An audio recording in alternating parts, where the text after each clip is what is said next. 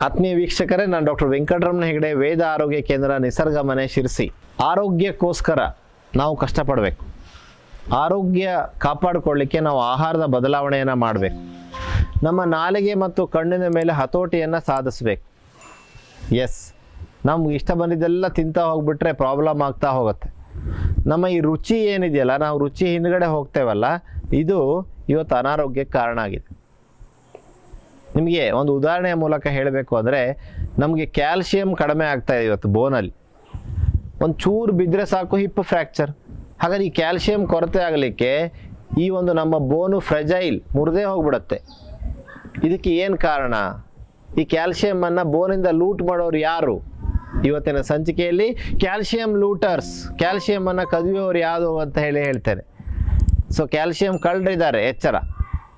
ಯಾರು ಇವರು ಕ್ಯಾಲ್ಶಿಯಂ ಕಳ್ಳರು?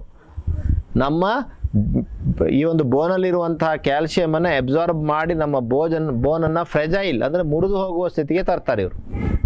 ಇವತ್ತು ಬೇರೆ ಬೇರೆ ಗಂಟುಗಳ ನೋವಿಗೆ, ಇವತ್ತು ಹಿಪ್ ಫ್ರ್ಯಾಕ್ಚರ್ ಆಗಲಿಕ್ಕೆ, ಚೂರು ಬಿದ್ದರೆ ಮಂಡಿ ಮುರಿದೋಗ್ಲಿಕ್ಕೆ ಕಾರಣನೇ ಈ ಒಂದು ಫ್ರೆಜೈಲ್ ಬೋನ್.